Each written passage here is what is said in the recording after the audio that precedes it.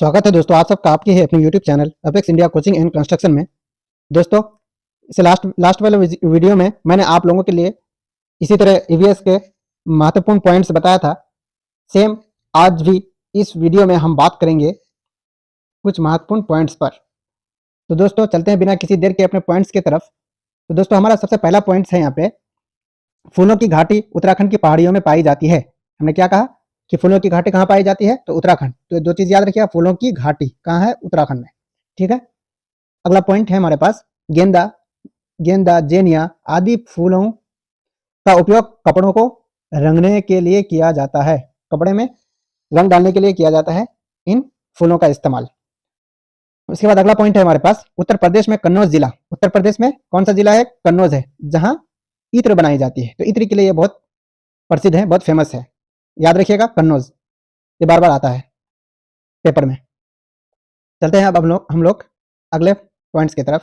तो अगला एक हमारे पास टॉपिक है मधुबनी पेंटिंग। क्या है? मधुबनी पेंटिंग। तो देखते हैं हम लोग मधुबनी पेंटिंग में क्या बता रहा है। तो मधुबनी कहाँ है दोस्तों? बिहार में। बिहार का एक जिला है मधुबनी। ठीक है। तो चलते हैं, इसके बारे में हम लोग डिस्कस करेंगे पॉइंट्स के तौर पर।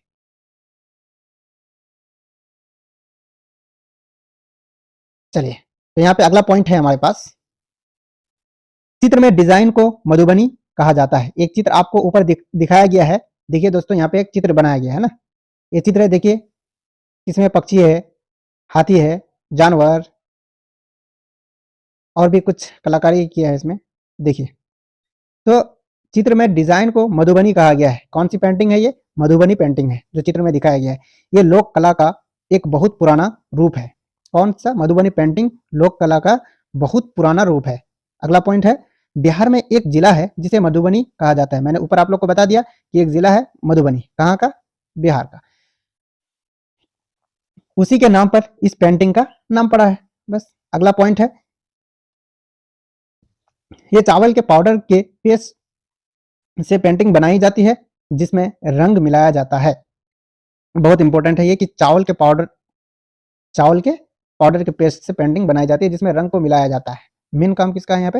ये याद रखना है कि चावल के पाउडर से बनाया जाता है। ठीक है। तो अगला पॉइंट है हमारे पास कि इन्हें बनाने के लिए नील, हल्दी, फूलों और पेड़ों के रंगों आदि का उपयोग किया जाता है। अगला पॉइंट है, चित्र में इंसान भी है, जानवर, पेड़ों, फूलों, पक्षियों, मछलियों और कई अन्य जानवरों को दिखाया गया। मतलब इनसे पेंटिंग करते हैं। इनकी पेंटिंग किया जाता है मधुबनी पेंटिंग से। जानवरों की, पेड़ों की, फूलों की, पक्षियों की, मछलियों की और कई अन्य जानवरों को दिखाया गया है। वो सारा के सारा पेंटिंग किया जाता है। अगला पॉइंट में चलते हैं हम लोग। अगला पॉइंट है, बेलवनिका गांव कर्नाटक में है। ये आ सकता है क्योंकि एनसीईआरटी में अपना दिया हुआ है। बेलवनिका गांव कहाँ पे? कर्नाटक में है। गीजू भाई बधेका गुजरात में रहते थे। कहाँ रहते थे? गीजू भाई बधेका कहाँ रहते थे? गुजरात में रहते थे। उन्होंने बच्चों के लिए कई कहानियां लिखी थी। एनसीईआरटी में दी हुई है, इसलिए इस पॉइंट्स को मैंने आप लोगों के लिए लिखा है। ठीक है।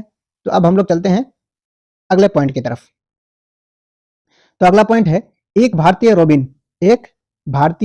रोबिन अपने अंडे सड़क के किनारे पत्थरों के बीच में देता है। तो इससे क्या सवाल पैदा होता है कि रोबिन जो अंडे देते हैं, इंडियन रोबिन, वो कहाँ पे अंडे देते हैं अपने अंडे? तो हम लोग क्या बता सकते हैं इसका? सड़क के किनारे पत्थरों के बीच रोबिन इंडियन जो है वो अपने अंडे देती है। उसके बाद है अगला पॉइंट है, कोयल कौवे के घोंसले में अपना अंडा देता है। याद रखना, कौन पक्षी ऐसा है जो अपने घोंसले में अंडा नहीं देती है? तो वो कौन है? कोयल। पक्षी अपने अंडे देने के लिए ही घोंसला का उपयोग करते हैं। चलिए अब अगले पॉइंट की तरफ। तो अगला पॉइंट है हमारे पास,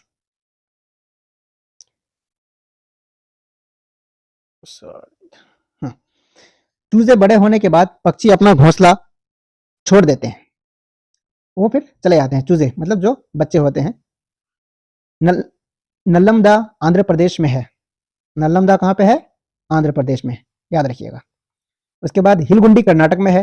हिलगुंडी कर्नाटक, ये सब अलग से लिख लीजिएगा आप लोग किसी एक पेपर में कि कौन से गांव किस राज्य में है। जो हमारे एनसीईआरटी में दिया हुआ है सिर्फ उसी को, सारे के सारे नहीं।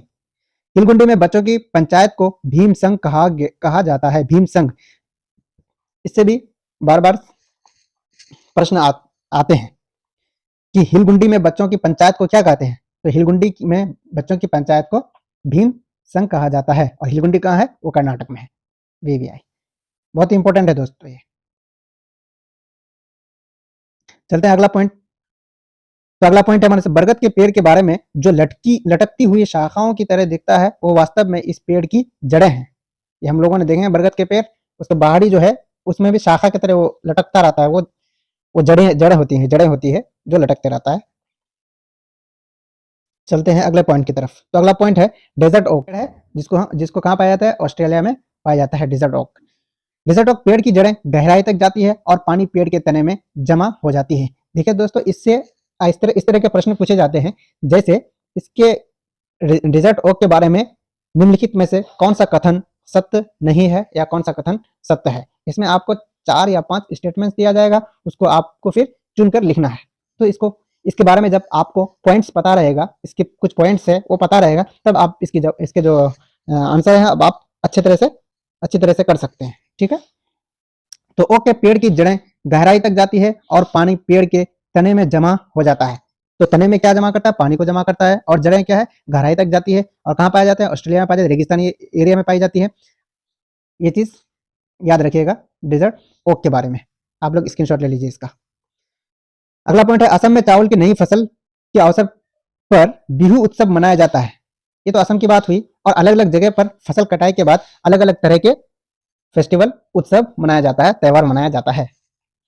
तो अगला पॉइंट है माघ बिहू 14 और 15 जनवरी 14 और 15 जनवरी को या असमिया कैलेंडर के असम में जो कैलेंडर ये करता है उसी के हिसाब से 10वें महीने के पहले और दूसरे माघ में मनाया जाता है बिहू फेस्टिवल जो मनाया जाता है। बिहू के अवसर पर बांस भेला घर बनाए जाते हैं। बांस भेला घर किसके बने होते हैं? वो हमें याद रखना है। बांस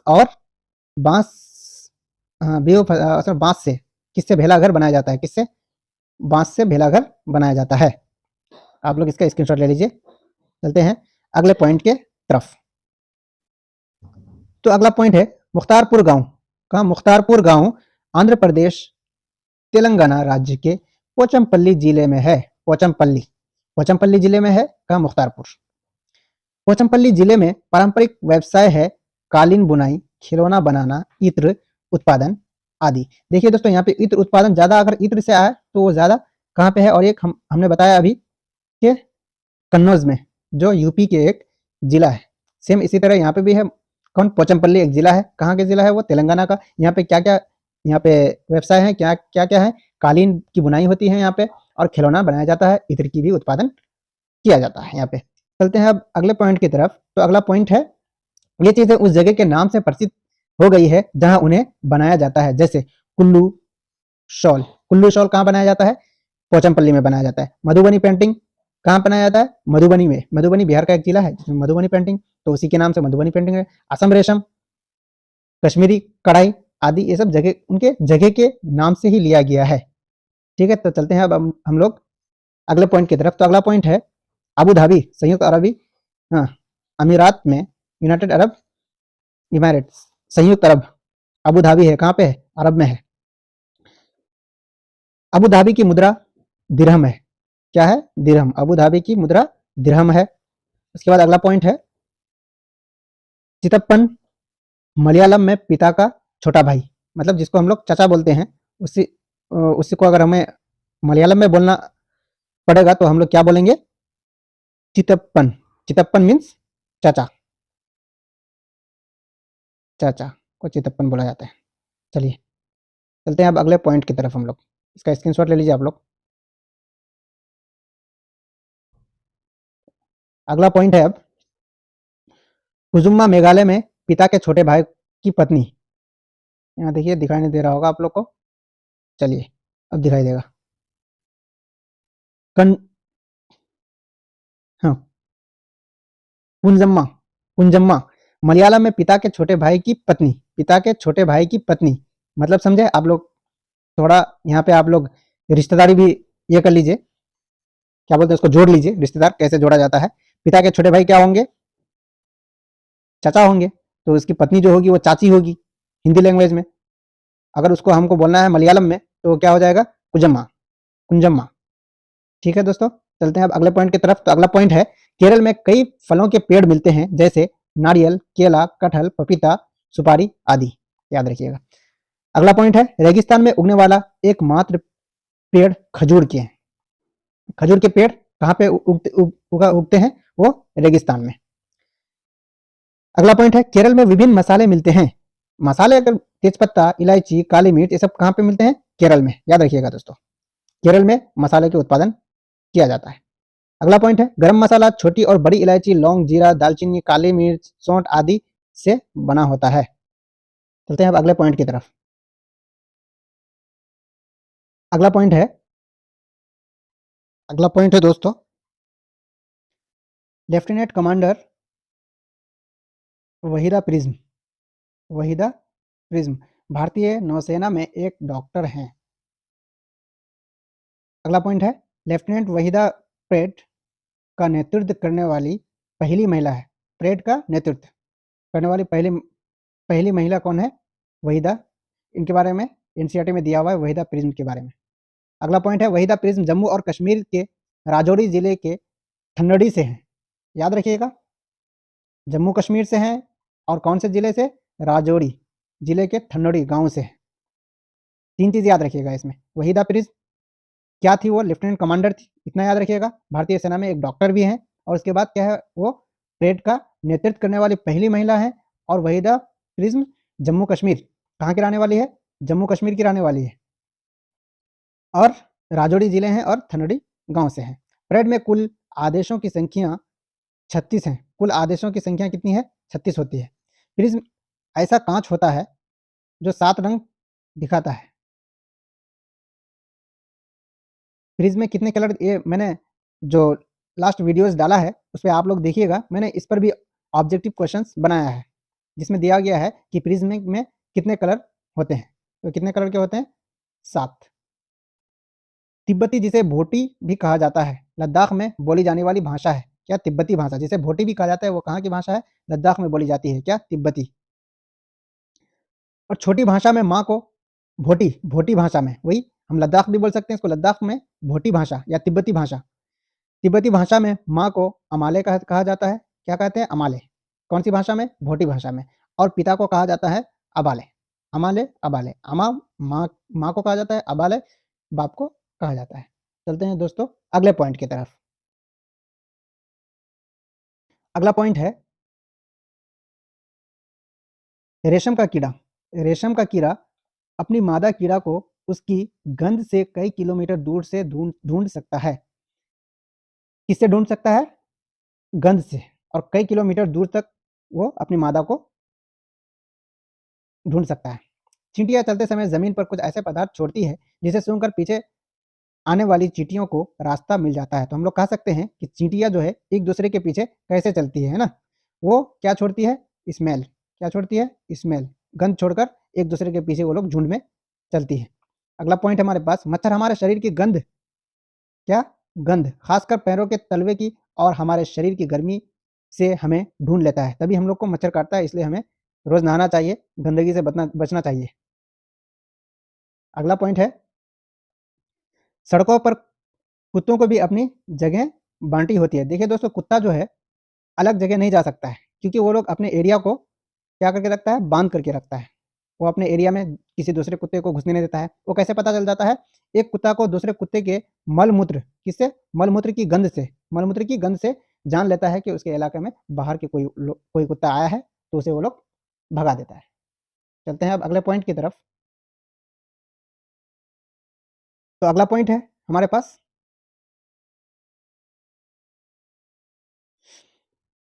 अगला पॉइंट है, जैसे हमें इतने सारे रंग दिखाई देते हैं उतने रंग जानवरों को दिखाई नहीं देता है। हम लोग को ज्यादा, जानवरों की अपेक्षा इंसान ज्यादा रंग देख सकते हैं। आमतौर पर माना जाता है कि दिन में जागने वाले जानवर कुछ रंग देख पाते हैं। जो दिन में जागता है वो कुछ रंग देख पाता है, लेकिन जो दिन में नहीं जागता है ना, वो रंग को नहीं देख पाता है। उसको सारी चीजें सफेद और काली दिखती है, ब्लैक एंड व्हाइट में दिखती है सारी चीजें। रात में जागने वाले जानवर हर चीज को सफेद और काली ही देखते हैं। जैसे उल्लू, उल्लू रात में जागने वाले पक्षी हैं, जिसको सारी वस्तुएं जो है वो ब्लैक एंड व्हाइट में दिखती है। चलिए अगले पॉइंट की तरफ। तो अगला पॉइंट है, सांप के बाहरी कान नहीं होते हैं। कान तो होते हैं लेकिन अंदर से उसको दिखाई नहीं दे पाता, कोई देख नहीं पाते हम लोग उसको। जमीन पर हुए कंपन को ही वो महसूस कर सकते हैं, कंपन से, वाइब्रेशन से वो महसूस कर सकता है। इसलिए जब बीन बजाते हैं, बीन बीन बजाते वक्त क्या होता है, वही कंपन के थ्रू से उसको वो नाचती है या फिर जो करता है डांस उन्स। अगला पॉइंट है, जंगल में ऊंचे पेड़ पर बैठा लंगूर पास आती मुसीबत जैसे शेर चीता को देखकर एक खास आवाज निकालकर अपने साथियों को संदेश देता है। तो लंगूर अलग अलग सिचुएशन में ये भी अलग अलग आवाज निकालता है। तो अगला पॉइंट है, अब कुछ पक्षी अलग अलग खतरों के लिए अलग अलग आवाजें निकालते हैं। पक्षियों में भी ऐसा है, जानवरों में भी ऐसा ही है। अलग अलग जैसे हालत पेश आए उसी तरह से वो लोग आवाज भी निकालते हैं। चलते हैं दोस्तों अब अगले पॉइंट की तरफ। तो अगला पॉइंट है, जैसे उड़कर आने वाले दुश्मन के लिए एक तरह की आवाज और जमीन पर चलकर आने वाले के लिए दूसरी तरह की आवाज। दो तरह की आवाज निकालते हैं, एक जो उड़कर दुश्मन आते हैं उनके लिए अलग, और जो जमीन पर चल के आते हैं उनके लिए अलग आवाज निकालते हैं पक्षी। अब चलते हैं अगले पॉइंट की तरफ। तो अगला पॉइंट है, मछलियां खतरे की चेतावनी एक दूसरे को कैसे समझ पाती है, वो तरंगों से देती है। एक दूसरे को सूचना कैसे देती है, बिजली की तरंगों से देती है, याद रखिएगा। अगला पॉइंट है, कुछ जानवर तूफान या भूकंप आने से कुछ समय पहले अजीब हरकतें करने लगती है। जैसे कि 2004 में दिसंबर में जो सुनामी आया था, वो पहले जानवरों को पता चला था। आगे हम लोग उसके बारे में डिस्कस करेंगे, याद रखिएगा। जो लोग जंगल में रहते हैं वो जानवरों को इस व्यवहार को समझते हैं, जानवरों के इस व्यवहार को समझते हैं। वे जान लेते हैं कि भूकंप आने वाला है या कुछ अनहोनी होने वाली है, क्योंकि उनको पहले से एहसास हो जाता है उस चीज़ की। चलते हैं अब अगले पॉइंट की तरफ। तो अगला पॉइंट देखिए दोस्तों, ये ये बॉक्स पढ़ लीजिएगा ध्यान से। हम अभी आप लोग को टिक कर देंगे, आप लोग स्क्रीनशॉट ले लीजिएगा ताकि पॉइंट्स ढूंढना ना पड़े आप लोगों को। ठीक है, तो हम पढ़ते हैं अभी। सन 2004 दिसंबर में आए सुनामी के कुछ समय पहले जानवरों के अजीब व्यवहार और उनके द्वारा दी गई चेतावनी भरी आवाज़ों को अंडमान, कहाँ पे, अंडमान की एक खास आदिवासी जाति समझ गई। उन्होंने वो इलाका खाली कर दिया। इस प्रकार इस जाति के लोग सुनामी के कहर से अपनी जान बचा पाए। तो 2004, यहाँ से एक प्रश्न पैदा हो रहा है कि 2004 दिसंबर में कहाँ पे सुनामी आया था। ये हम लोग बता सकते हैं, अंडमान में, अंडमान निकोबार में आया था। कब? 2004 दिसंबर में सुनामी आया था। ये बार बार ये प्रश्न आते रहते हैं पेपर में। आप इसी तरह हमारे चैनल में बने रहें। अगर आप हमारे चैनल में नए हैं तो सब्सक्राइब ज़रूर करें और बेल आइकन को ज़रूर दबाएं और हमारे वीडियोस को ज़्यादा से ज़्यादा शेयर करें।